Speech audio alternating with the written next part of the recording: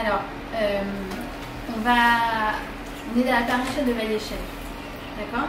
Et paracha de Vayeshev, c'est le début de la saga de Yosef.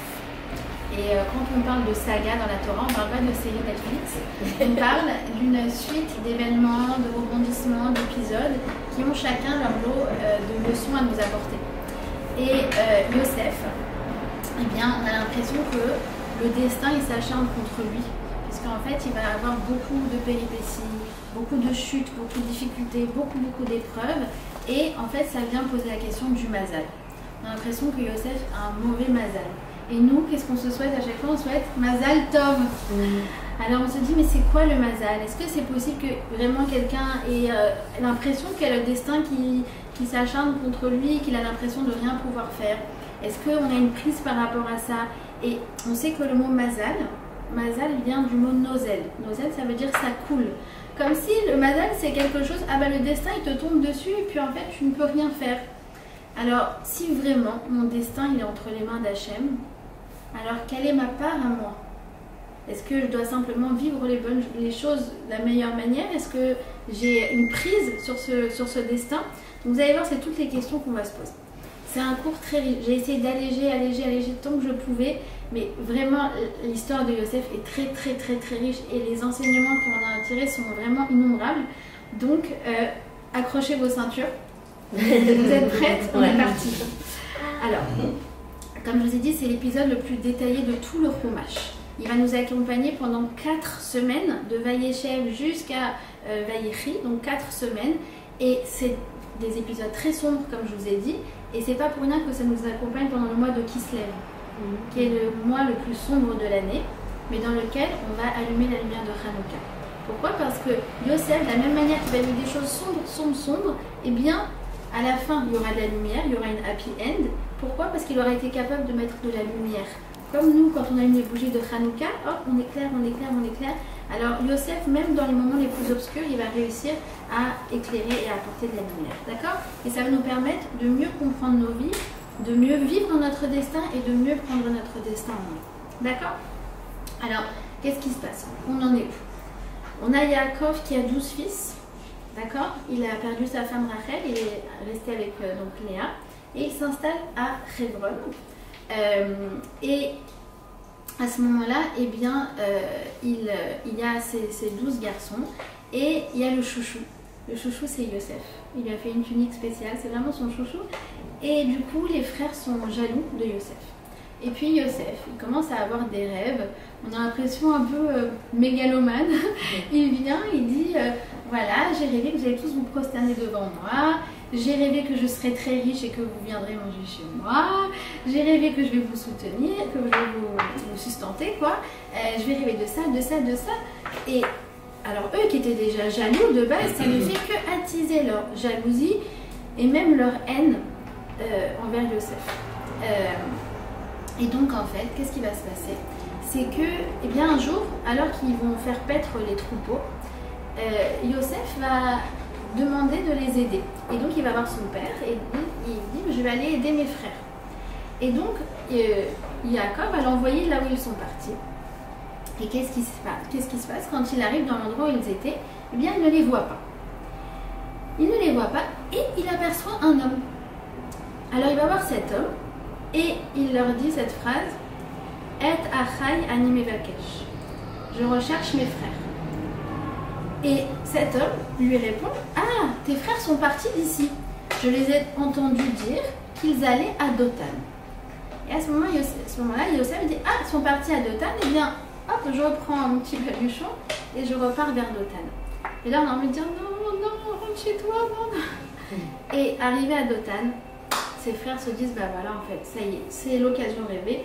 Le petit chouchou de papa qui croit qu'il va nous dominer. Eh bien, on va voir ce qui va en être de ses rêves. Et en fait, il décide de le jeter dans une fosse.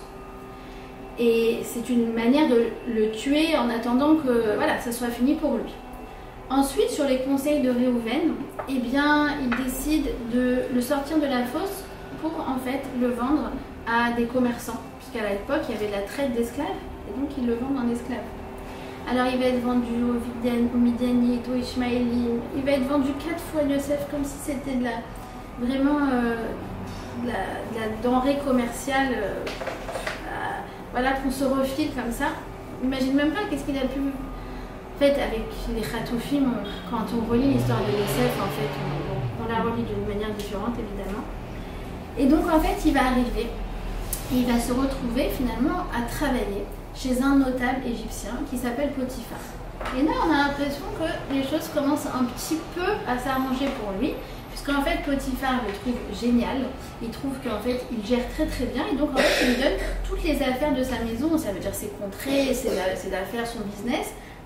Il devient en fait le bras droit de Potiphar, d'accord? Et il est Ishmatzliach, comme ça on nous dit. Ça y est, il réussit, on a l'impression que ça va remonter là. Encore pire que tout. Qu'est-ce qui se passe? On a la femme de Potiphar, qui s'appelle Madame Zeroula. Et moi j'appelle Madame Roula. Elle vient tous les jours, yum yum, elle le drague. Elle se change d'habit 3 fois par jour. Peut-être ça il aime, peut-être les couleurs vives, peut-être les couleurs sombres, peut-être la dentelle, peut-être la panthère, peut-être le léopard, peut-être... Elle n'en peut plus pour Yosef. Elle n'en peut plus pour Yosef, à tel point que le Midrash nous raconte que quand elle le voit passer, elle est en train de couper des légumes, elle se coupe les doigts. Et à chaque fois, ses copines lui disent: mais qu'est-ce que t'as comme entaille? Venez les filles, venez. Parce que Yosef était très beau. Yosef était très très beau. Venez, vous allez voir ce que je vis tous les jours. Elles arrivent, venez, on coupe les légumes ensemble. Et là, Yosef passe, elle se coupe toutes les doigts. Et elle n'en peut plus pour Yosef. Jusqu'à ce qu'un jour, eh bien, alors que c'est une fête nationale, c'est le Chag HaNilus, comme on dirait, c'est le Noël, si vous voulez, vraiment tout le monde est là pour les festivités. Eh bien, Yosef reste. Et là, ça y est, Madame Potiphar, elle est plus implicite, cette fois-ci, elle est explicite, puisqu'elle lui dit Shirva imi, ce qui veut dire viens avec moi. Et Yosef va dans un mouvement de résistance incroyable par rapport à ses propres pulsions de jeune. Il a 18 ans à ce moment-là. Eh bien, il va repartir. Et en fait, comme elle va garder son ami dans la main, qui est en fait, elle va l'utiliser comme une pièce compromettante pour accuser à tort Yosef d'avoir voulu, elle, la violer. Et sur ça, eh bien, il va être jugé et envoyé en prison, encore dans une geôle égyptienne. On ne peut pas imaginer une geôle égyptienne il y a 4000 ans, à perpétuité. C'est ça qu'il récupère. Donc on a vraiment le sentiment que et c'est sur ça que se termine la paracha, que Yosef il est dans sa fosse et il est oublié. C'est les derniers mots de la paracha, il est oublié.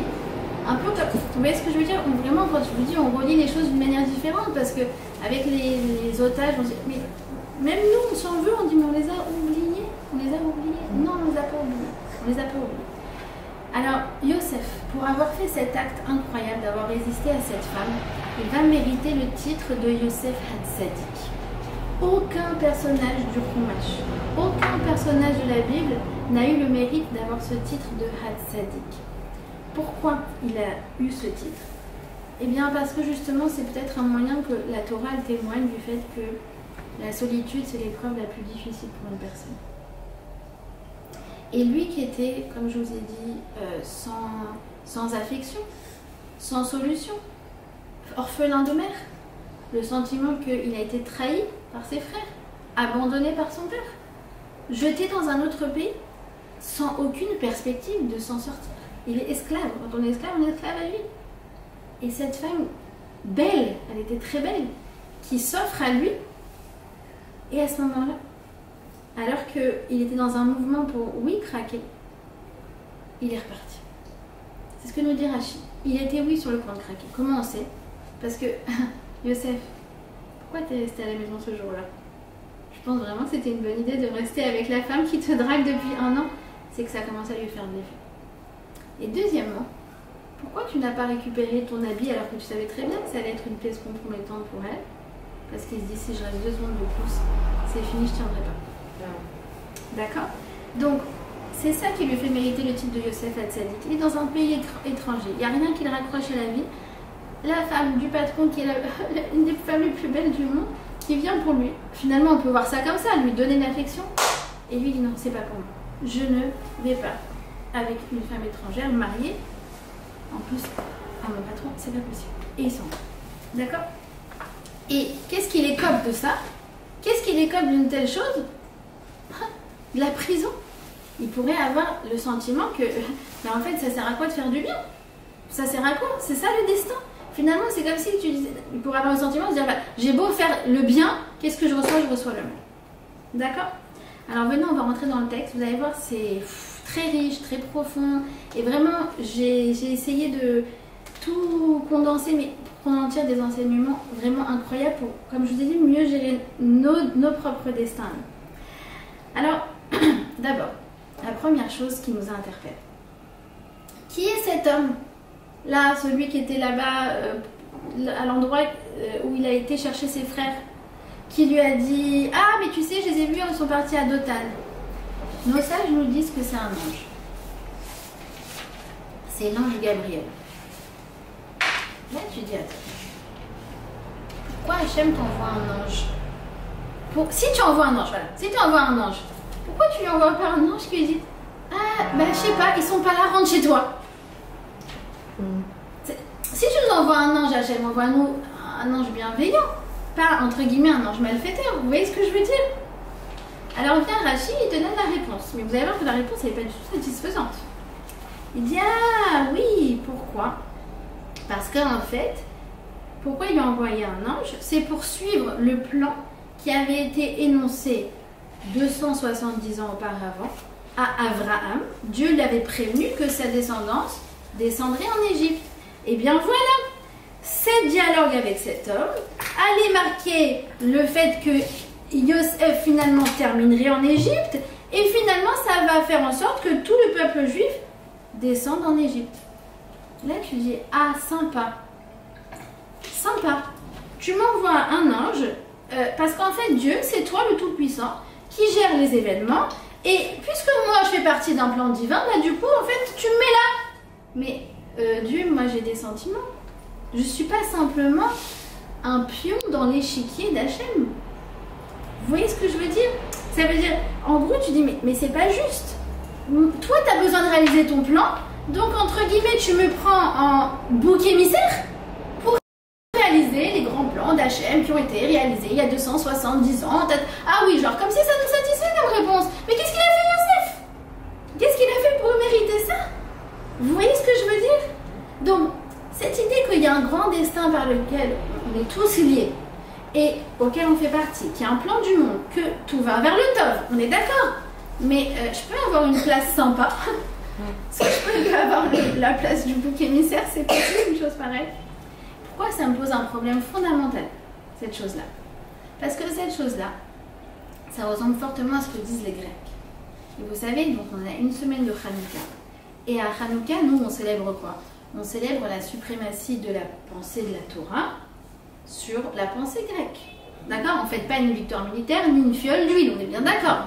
En fait, on célèbre le fait que, eh bien, notre pensée, elle est infiniment supérieure à la leur. Sauf que quoi, on a l'impression que c'est la même chose. Vous savez, les Grecs, eux, ils étaient très fatalistes. Toutes les tragédies grecques, vous avez dû faire ça au lycée, les Oedipe, les Sophocle. Sophocle, ouais. Toutes les tragédies. Et en fait, Oedipe, c'est quoi? On lui annonce son destin au départ.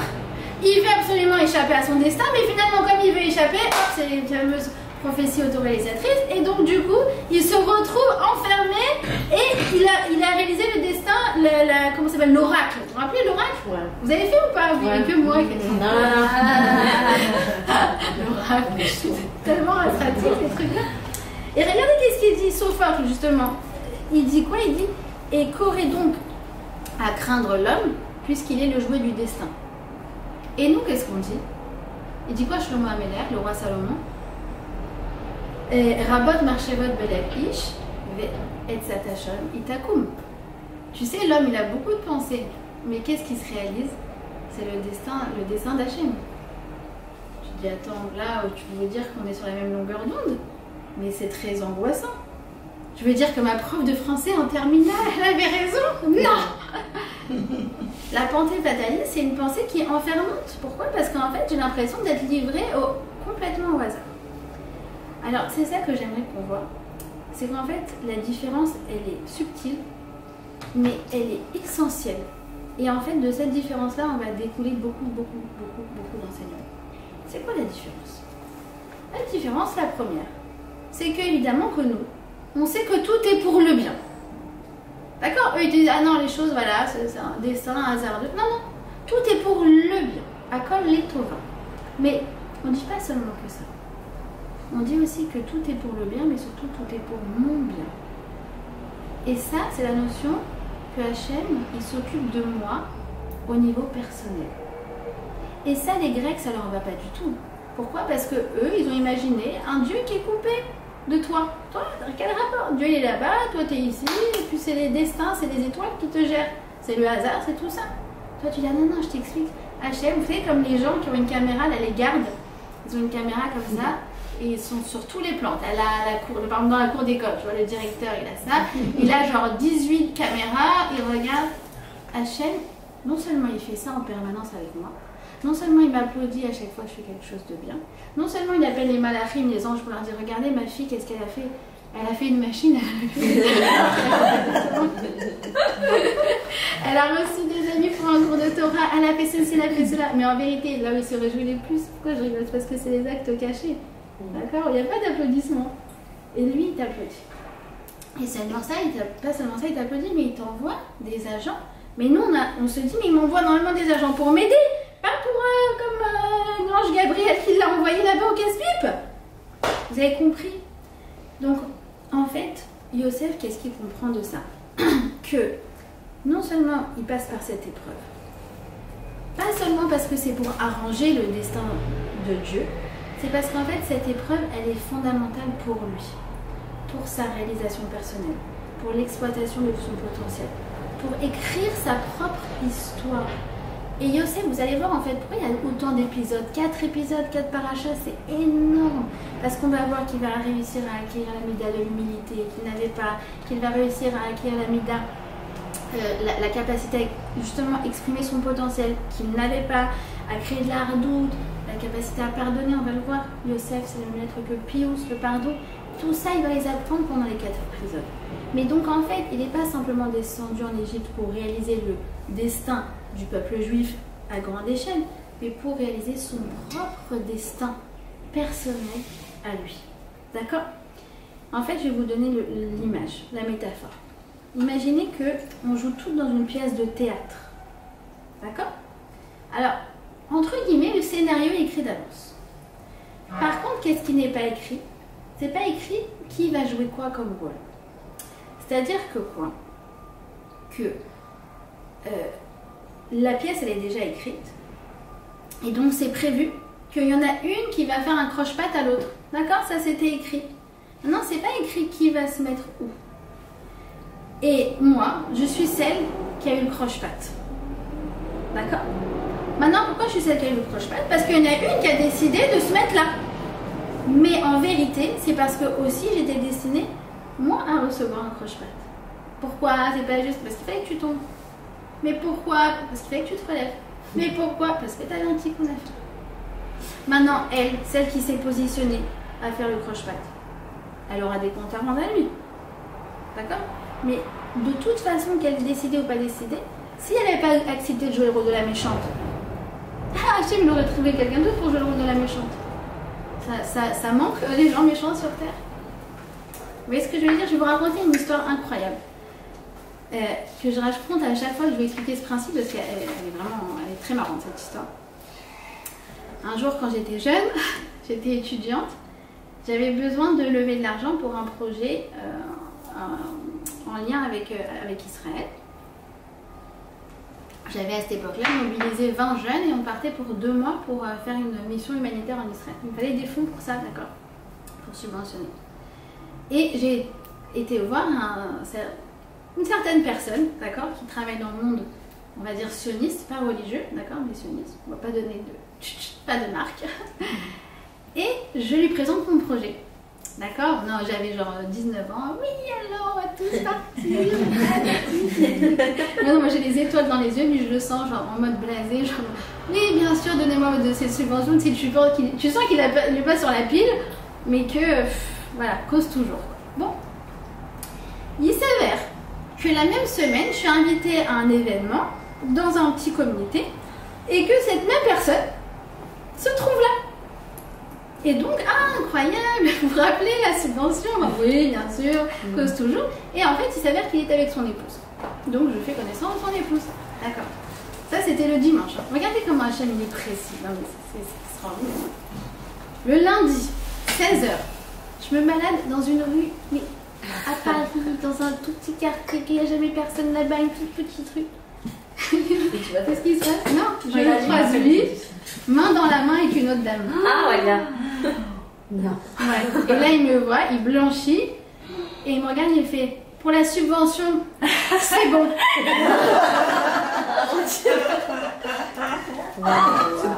Je me promets. Je n'invente pas. Je me rappelle, moi ça m'avait marqué. Et là, je fais merci. Mais en gros, c'est quoi le truc? Il était destiné à me la donner cette subvention. Ouais. Mais comment? Comment? La façon, ouais. T'aurais pu la donner en mode classe.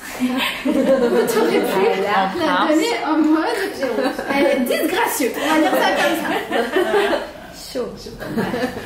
Vous comprenez? Ça veut dire quoi qu'il, l'histoire elle est écrite. Tu vas lui faire le chèque. Tu vas pas y échapper. Choisis. D'accord?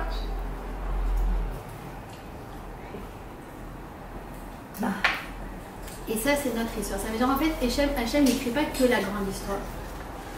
J'ai entendu cette semaine un Chabad de Cholon, le Rav Raskin, il a dit quelque chose d'incroyable. Il a dit tous les Motzei Shabbat, pourquoi on appelle Eliyahu Hanavi?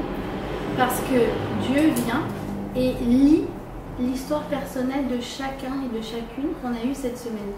Et il lit ça. Avec Eliyahu Hanavi, il a dit Hachem Koré, il lit ça, Eliyahu Chotem. Et Eliyahu, il signe.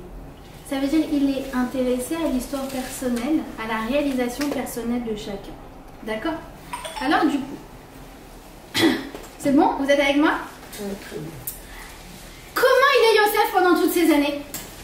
1 an d'esclavage, jeté, voilà, et après 12 ans de prison qui vont finir par un miracle. D'accord, mais 13 ans de cauchemar. On a l'impression que c'est de pire en pire. Donc toi, tu te dis, bah, il doit se sentir la personne la plus misérable du monde. Ben, en fait, tu lis l'histoire et tu vois pas du tout ça. Tu vois que quoi? Que quand il est jeté, il est vendu comme esclave. Il y a marqué que les commerçants qui le vendaient, donc c'était des Arabes, des Ishmaélim, et ils transportaient des aromates. D'accord? Des bonnes odeurs. Bon, je comprends pas trop pourquoi tu te dis ça. Et Rachi, il vient et il te dit, que c'est parce qu'en fait, c'est pour lui faire un miracle. Qu'au moins, normalement, les Ishmaélim, ils transportent du pétrole, ça pue. Et ben, les aromates, ça sent bon. Waouh, super, Inès. Je ne peux pas lui envoyer quelqu'un qui a une panne. Voilà. Nous, on a envie de réécrire l'histoire quand on est arrivé. Ouais. Une panne, crevaison, bah, du coup, Yosef rentre chez toi. Mais pourquoi? Parce qu'en fait, et en plus, c'est ridicule comme miracle. Imagine quelqu'un, Loa Lénou, il est jeté, enlevé, kidnappé, et puis tout d'un coup, Yves Saint Laurent. Ça sent bon. Mais c'est complètement incongru, quoi. Vous voyez ce que je veux dire? Pourquoi? Pourquoi il a envoyé ce miracle-là? Parce qu'il savait que Yosef serait capable d'apprécier la bonne odeur. Pourquoi? Parce qu'il a lutté. C'est vrai, quand tu lis le Midrash avec ses frères, vraiment c'est affreux. Ah, c'est vrai. C'est à coup. Bon. Et il lutte, non, ne me demandez pas, non, ne me pardonnez pas, non. Une fois qu'il est dans l'histoire est terminée, il ne peut plus lutter. En fait, il se rend compte qu'il ne peut plus rien faire. Donc en fait, à ce moment-là, qu'est-ce que tu veux qu'il soit d'autre que serein? Moi, j'ai fait ma part. J'ai fait ce que j'avais à faire, justement pour changer mon destin. Une fois j'ai compris que mon destin il a pris cette direction, que je ne peux pas changer cette direction pour l'instant, qu'est-ce que tu veux que je fasse? D'accord?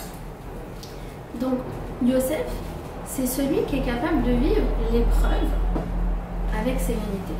Pas qu'il n'essaye pas de changer, comme je vous ai dit, on n'est pas libre de dire non, ne fais rien et attends que ça se passe. Pas du tout. On a une obligation d'effort pour réussir, pour qu'on ait les meilleures choses possibles. Et quand ça ne marche pas, ben, en fait, ça y est, c'est plus mon ressort. Donc je suis même capable de chercher les points positifs dans les moments les plus obscurs. D'accord? Et après, ça continue. Quand il est chez Potiphar, je dis, bon, je sais pas, il est esclave quand même.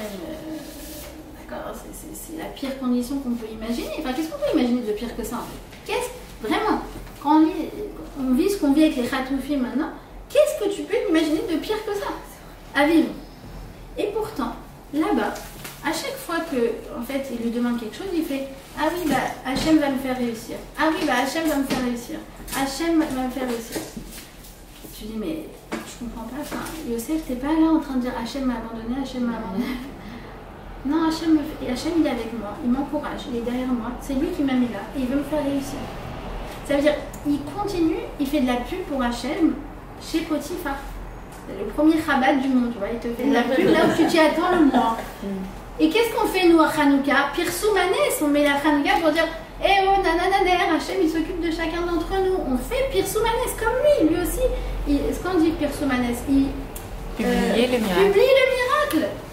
Tu fais de la pub pour Hachem, nous déjà au travail. Quand on travaille avec les Israéliens pas du tout religieux, tu fais ton birkat dans ta barbe, tu fais Hachayat Tsar, genre tu dis surtout que personne ne me pose la question de qu'est-ce que je dis comme bénédiction parce que c'est l'archouma du livre. Quand tu sors des toilettes, c'est bizarre. Quand tu travailles avec des... Enfin, je sais pas si vous avez déjà travaillé avec des Israéliens de gauche, pas du tout religieux, tu passes pour la folle de service et lui il est dans un autre monde complètement. Hachem. Ensuite, quand il est en prison, tu dis bon, ça il est au fond du trou, c'est pas possible, il est au fond du trou. Eh bien écoutez, je vous cite ce qu'il dit le Rav Matityahu Salomon, il n'y fait pas longtemps. Incroyable. Quand il est là-bas sur place, dans la prison, alors il y a marqué qu'il y a des prisonniers qui avaient un visage sombre. Il est venu les voir, il a dit mais qu'est-ce qui se passe? Pourquoi vous avez l'air triste? Alors, de là, vous connaissez l'histoire, ouais? Bon, peu importe. Ouais. En tout cas, quoi qu'il en soit, il s'enquiert du bien-être des autres. Voilà. De là, tu apprends que, il n'était pas déprimé. Pourquoi? Parce que quelqu'un qui est déprimé n'est pas capable de voir la détresse de l'autre. Et lui, il est comme ça. Attends, il a pas l'air dans son assiette. Non mais, vous voyez ce que je veux dire? Ouais. C'est que... Comment toi, tu as la capacité, la sensibilité de voir que l'autre ne va pas bien? Deuxièmement, regardez ce qu'il dit, je vous le dis dans ses mots à lui, car c'est un fait qu'il sortait de l'ordinaire, car personne n'était déprimé dans la prison où se trouvait Yosef. Oui. C'est un fait qui sortait de l'ordinaire, car personne n'était déprimé dans la prison où se trouvait Yosef. Pourquoi? Parce que sa émouna était communicative. C'était pas seulement un Prabat, c'était un Breslev.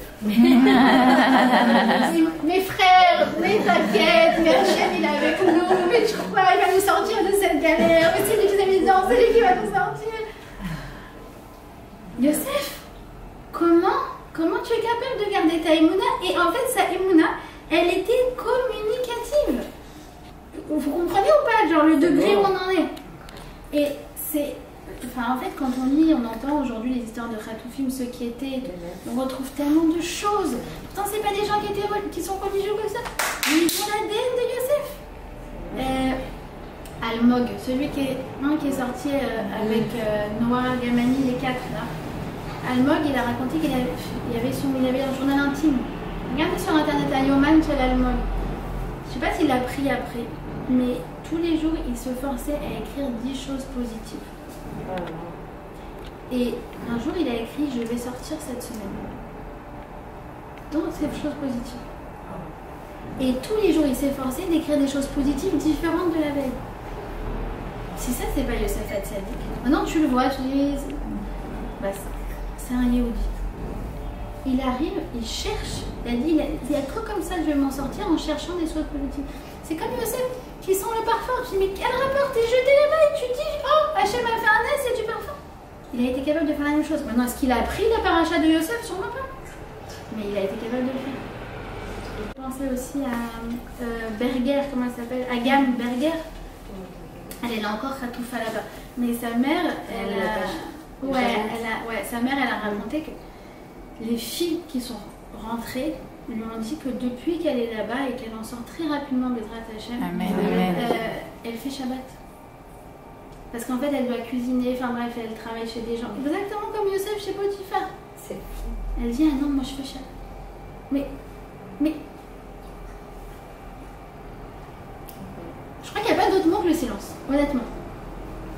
C'est Yosef, mais vivant en 2024.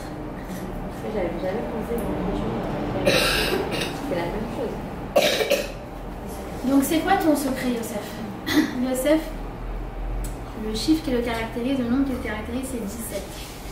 17, c'est le nombre d'années, c'est l'âge à laquelle il a été vendu. Il y a plein de choses par rapport au 17. Et 17, c'est la gematria de Tov ou Oy. En fait, dans la vie, tu peux dire soit c'est les Tovati, c'est pour mon bien, soit c'est Oy. Oh là là, c'est foutu, oh là là, Hachem m'a abandonné. En fait, tu n'as que deux voies. De choisir ton destin, si tu vas aller là ou là ou là, des moments où tu peux rien faire. D'accord? Évidemment qu'il y a l'Ishtalout, évidemment qu'il y a le fait de prier. Je peux faire un cours sur ça. L'année dernière, ou il y a 2 ans, j'avais fait le cours sur ça, c'était autre chose complètement. Mais là, quand tu parles du principe que tu as fait ce que tu avais à faire et que Hachem t'a décidé de te mettre là, il te reste que deux alternatives. Tom ou Oy. Et regardez comment c'est incroyable. Regardez la suite de ce qu'on voit. Par rapport à cette idée du destin. C'est l'histoire de Madame Zerhoula, la roulade. Qu'est-ce qui l'a poussé, mais vraiment à aller, vraiment harceler. D'accord, on parle beaucoup de harcèlement sur le lieu de travail. Voilà, c'est dans la paracha. Comme toi, tout est dedans. Qu'est-ce qui l'a poussé, Madame Zerhoula, à aller et à le harceler? D'accord? En fait, elle avait vu que leur destin était lié, justement. Qu'en fait, ils étaient destinés à avoir une descendance commune. Et c'est vrai. Ah, mais c'est avec sa fille. Ils auront une descendance commune. Pourquoi? Parce que Yosef va se marier avec Asnat, qui est la fille adoptive, d'accord, de Madame Zerhoula. Donc oui, ils auront une descendance commune. Mais toi, tu veux forcer le destin. Ça marche pas. Forcer le destin, ça marche pas. Faire ça, essayer, faire ce qui était entre nos pouvoirs, mais c'est harceler, envoyer des mails, saouler, demander à toute la terre de lui parler. Laisse tomber. Et vous remarquez, c'est la même histoire que la pièce de théâtre. Ça veut dire la fin, elle est déjà écrite. Oui, ils auront une descendance commune. Soit tu choisis de jouer le rôle. En fait, le rôle idéal, c'était quoi? La grand-mère gâteau, la belle-mère de Yosef, en fait. C'est la grand-mère, truc, là, c'est élégante, titati. Mais tu as choisi de jouer le rôle de la folle furieuse dans le film. Mais, vous voyez ce que ça veut dire? À la fois, le destin, il s'invite à nous, mais à la fois, on choisit son rôle. Tu es libre, tu as le libre arbitre. Vous comprenez que c'est un calcul qui est complexe. Les Grecs, ils n'étaient pas assez intelligents pour comprendre cette chose-là. Parce qu'en plus, c'est toutes nos Ashgachot Pratiot, d'accord, tous nos destins individuels qui sont connectés les uns aux autres. C'est un calcul monumental que Hachem y fait en permanence. Mais c'est toi qui choisis ton rôle. C'est toi qui choisis ton rôle. D'accord? En vérité, tout ça, ça nous donne un secret par rapport à l'épreuve. Il y a marqué que Nisayon, d'accord? Nisayon, c'est une épreuve. D'accord? Qu'est-ce qu'on fait face à Nisayon? En vérité, Nisayon, il se divise en 2 mots.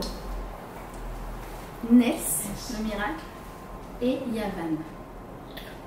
En fait, face à l'épreuve, j'ai 2 alternatives.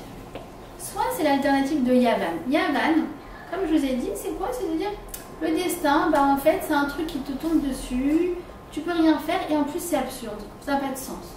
Et tu crois que ça prend en compte toi, ta sensibilité, tes réussites, tes victoires, tes srouillottes? Non, pas du tout. C'est un truc qui te tombe dessus. D'ailleurs, ça coule de source, tu vois. Yavan, c'est Yud, Vav et Nun. C'est un petit point, un moyen. Tu sais, c'est comme si tu dis, j'ai pris ce petit point, en fait, je l'ai déroulé. C'est le principe d'inertie, quoi. C'est le fatalisme. C'est la même gematria Yavan que Galgal. Galgal, c'est une roue, tu vois. Vous vous rappelez en physique, la roue, si tu la lances, en dehors les forces de frottement. J'étais assez dure. Ça va. Mais Géna, tu sais qu'en fait, si tu n'avais pas les forces de frottement, tu jettes la roue. Elle continue infiniment. Ça veut dire en gros c'est ça le destin. Tu vois, t'as aucune prise dessus, ça tombe dessus. Et ben en fait, voilà, t'as plus qu'à subir quoi. Ah, ok, super. C'est ça qu'est-ce qu'elle te dit la tragédie grecque. T'as plus qu'à subir. Ah bah écoute, très bien, c'est encourageant, ça donne la simra, ça donne la pêche, ça rend libre. Et ben non, on te dit complètement le contraire. Tu as une autre alternative, cette alternative elle s'appelle Nes. Nes, c'est de croire au miracle. Le miracle Hachem, il prend en compte chaque petit acte que tu fais et chaque petite chose que tu fais et il le rentre dans le calcul et il te change ton destin en fonction de ce que tu fais. D'accord? Ça veut dire que Yavan, c'est tout le côté rationnel, les pronostics, les diagnostics, le médecin a dit ça, non mais tu sais ça c'est fichu, non mais tu... Et en fait tu te dis mais non, nous on a autre chose, on a le Pirsum à Nes, on se prépare à Hanouka là. Et quand tu es Mefarsen, quand tu diffuses le miracle, tu deviens candidate au miracle. Plus tu vas rentrer dans une perspective de Hachem s'occupe de moi, Hachem m'a fait du bien. Comme on avait vu dans la paracha la semaine dernière, il y a marqué que Yaakov, alors qu'il a été blessé, il y a marqué que le soleil Zarachlo, le soleil brillait pour lui. Le soleil ne brillait pas pour Yaakov. Quand le soleil brille, a priori, il brille pour la moitié de la planète. La moitié de la planète, quand même. Il faut suivre. Parce que tu te rappelles, les autres, ils sont dans l'obscurité, c'est là le soleil brille pour tout le monde.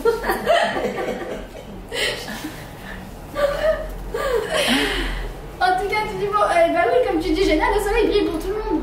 Non, Yaakov, il te dit pas ça. Zarachlo, c'était la paracha de la semaine dernière. Il dit, moi, je ressens que quand le soleil brille, il brille pour moi. J'espère que Roxane, quand tu te mets dans ta petite terrasse devant la mer, tu te dis, mais Hachem, il a créé cette mer pour moi.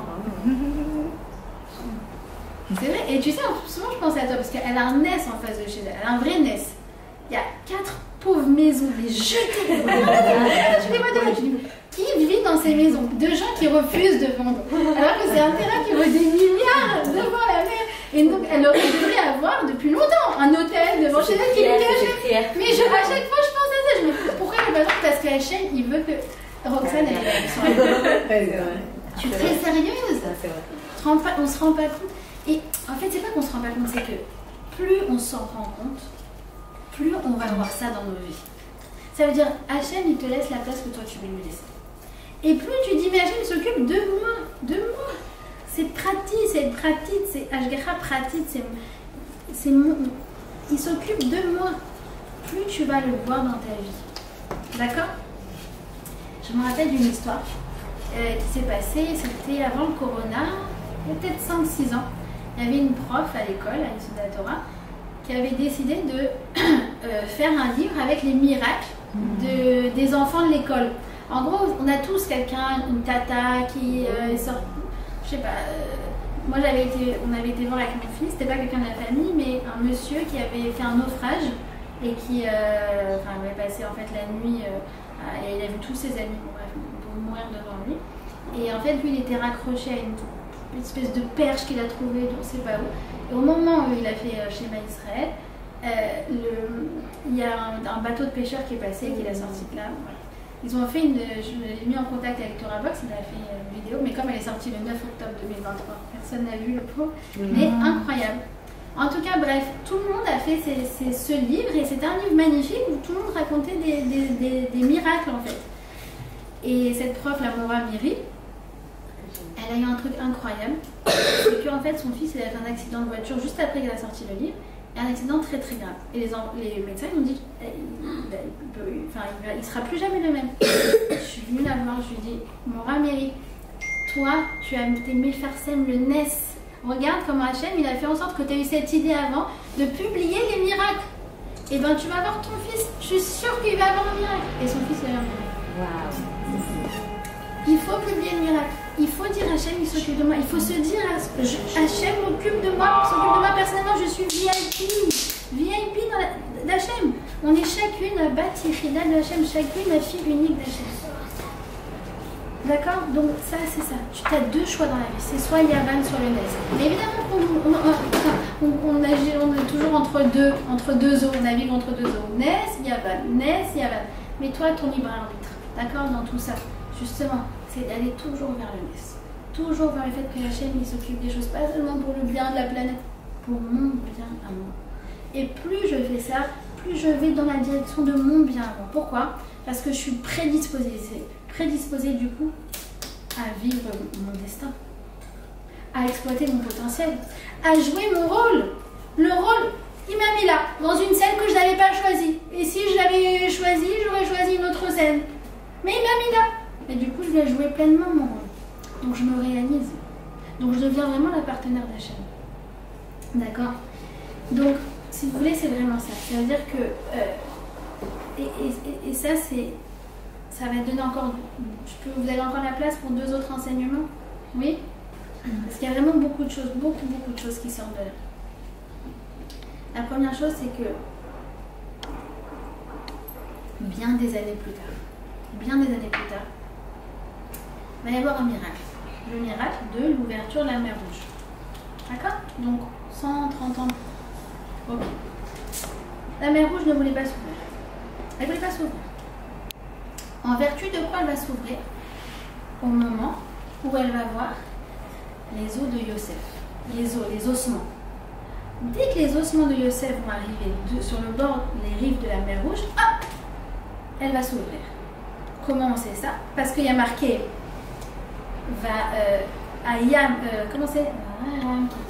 La mer Vayanos, elle s'ouvre. Et qu'est-ce qu'il y a écrit? Il y a marqué Ayam Raveyanos. Et il y a écrit que quoi? Que Yosef, il était quoi? Il était Vayanos. D'accord? Et de là, on comprend que c'est en vertu de ce que Yosef a fait que le miracle de la mer Rouge aura lieu. D'accord? Ça veut dire en fait que quoi?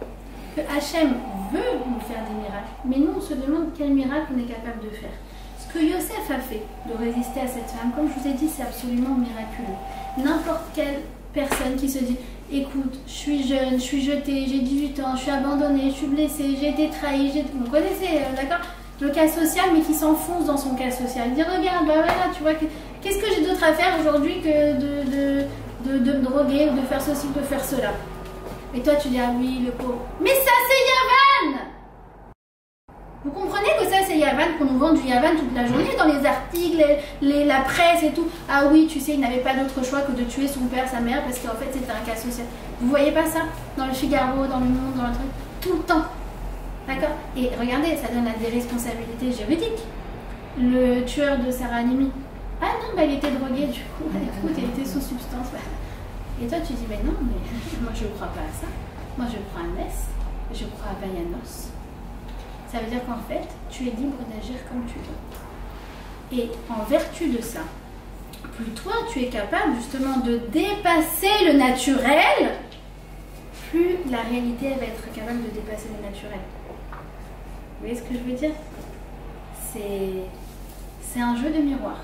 Hachem il dit waouh, elle normalement aussi elle avait suivi la vision de Yavan de dire écoute bah oui j'ai pas le choix parce que tu comprends à mon âge je suis encore célibataire et donc du coup j'ai des filles qui me disent ça. Vous comprenez ce que je veux dire? Ouais. En fait bah du coup ça y est maintenant elles se mettent sur les applications et donc du coup c'est compliqué de trucs et en fait elles étaient disposées à la base à attendre mais tu comprends maintenant. Tu dis mais tu veux un miracle? Vayanos. Tu peux sinon t'inscrire dans la vision de Yavan. C'est un choix. C'est ton choix. Soit tu dis j'ai pas le choix parce qu'avec mon âge, mes trucs, ma ceci, mais cela, bah du coup, je vais me laisser porter par la vague, quoi. Et je subis en fait. Et je suis passive. Soit tu dis Vayanos. Alors tu leur conseilles quoi? Offline. Mais d'abord je le contacte. Ça d'abord je le contacte. D'accord? Et c'est ça qui va donner la force à Yosef, bien des années plus tard, 22 ans plus tard, de pardonner à ses frères. D'accord? Ça serait l'objet d'un cours en soi, ça c'était le cours l'année dernière. Ça serait l'objet d'un cours en soi de justement comprendre, mais en fait, on comprend très bien avec ce qu'on a vu. Le pardon, c'est quoi? C'est de comprendre qu'en fait, si cette chose-là m'est arrivée, c'est que de toute façon, voilà, comme on avait donné l'explication avec le croche-pied, de toute façon, j'étais destinée à trébucher. De toute façon, j'étais destinée à trébucher. Maintenant qu'elle a choisi de, elle, me faire le croche-patte, quelle règle c'est contre avec le bon Dieu. Mais moi, je ne vais pas me faire l'avocat du diable. Et moi, pourquoi à un moment, je vais ne plus lui en vouloir. C'est pas vraiment évident comme processus, hein, pardon, d'accord? C'est en étapes. Mais pourquoi à un moment, je vais arriver à me sentir légère d'avoir pardonné à cette personne? Parce qu'en fait, je vais me rendre compte que tout simplement, si j'en suis arrivée là, c'est parce que Hachem l'a voulu. Entre guillemets, si je peux en vouloir à quelqu'un, c'est déjà lui. Et lui, il est sympa, hein, parce qu'il prend tous les dossiers sur lui. Hein. Il te dit non, ne envoie à personne. Tu peux en vouloir à moi, ça, il n'y a pas de problème. C'est vrai, il prend tout à sa charge. Il est sympa, Hachem. Et si on fait ça, en vouloir les uns les autres, et se dire c'est à cause de ça, c'est à cause de lui, c'est à cause de truc, c'est à cause de cet ange qui avait commencé, et du coup ça a fait ça, et du coup, et c'est à cause de... Ben, en fait, t'es occupé à accuser les autres. T'es chargé d'une énergie négative, et tu oublies de vivre ta propre histoire. Et en plus de ça, t'as l'impression de subir l'humeur des uns et des autres. Elle te rend compte, elle a fait ça, elle m'a fait une crasse, elle m'a fait ceci. C'est pas facile, vraiment, quand on est victime de calomnie. C'est très difficile, hein, d'accord? Des fois, tu fais un cours sur le pardon, après quelqu'un fait alors, qu'est-ce que tu fais avec une belle-sœur qui a dit du mal de toi? Je dis, bon, alors, bien, on commence par pareil, déjà. Commençons par pardonner les autres gens, les dossiers plus faciles, et petit à petit, d'accord? C'est une asymptote.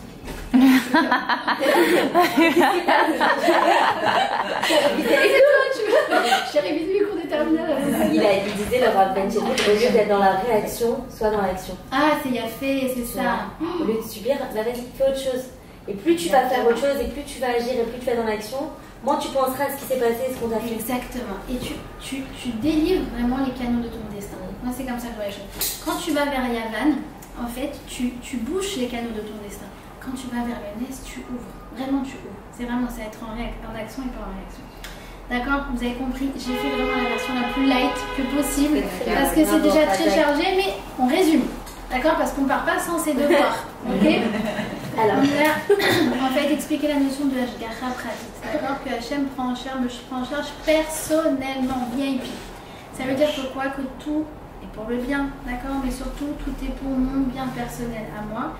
Et c'est pas parce que je fais partie d'un grand destin que du coup Hachem m'a mis par hasard là, mais c'est parce qu'en fait chacun a un rôle à jouer, que ce rôle est détaillé sur mesure pour me permettre de me réaliser. Et cette pensée vraiment, elle me donne des ailes. Deuxièmement, on a vu que du coup, ça nous donne une sérénité pendant l'épreuve. Pourquoi? Parce que du coup, même si on est dans l'obscurité, et même si on est dans une phase sombre de notre histoire, eh bien, on a le sentiment que si Hachem nous a mis là, c'est parce qu'on a quelque chose à réaliser. D'accord? Et donc, c'est la meilleure protection contre les remords et les regrets. J'aurais dû l'écouter, mais c'est à cause de son conseil, mais c'est elle qui m'avait dit que... Laisse tomber. Si t'en es arrivé là, c'est parce que Hachem, il te fait un plan sur mesure. Maintenant, c'est à toi de jouer le rôle principal. Troisièmement, ça me donne la liberté de croire au miracle. Ça veut dire l'intervention d'Hachem, ça me libère de toutes les statistiques et les prévisions, d'accord, les oracles des uns et des autres. Ça me donne de l'estime de moi. Pourquoi? Parce que je comprends que Vayanos, je suis imprévisible. C'est pas le destin qui gère. Non, c'est pas mon histoire et ma biologie et mon milieu social et ma copine et mes parents. Et parce que tu comprends, avec ma mère c'était compliqué. Laisse tomber. C'est toi. C'est toi qui gères et du coup ça te donne l'estime de toi parce que tu sais que tu es capable de donner le meilleur que toi-même. Et plus tu vas être capable de ça, plus vraiment tu vas ouvrir et plus tu vas avoir des miracles. Vayanos, le Ness. Vous avez compris? Et dernière chose, ben, je comprends du coup que si tout vient d'Hachem, j'arrive à faire le shalom avec les individus parce que je comprends qu'ils étaient là parce qu'ils avaient un certain rôle à jouer. Alors, si certains ont utilisé leur libre arbitre pour les mauvaises choses, ça ne me regarde pas, ils ont qu'à régler leur compte directement avec le patron là-haut.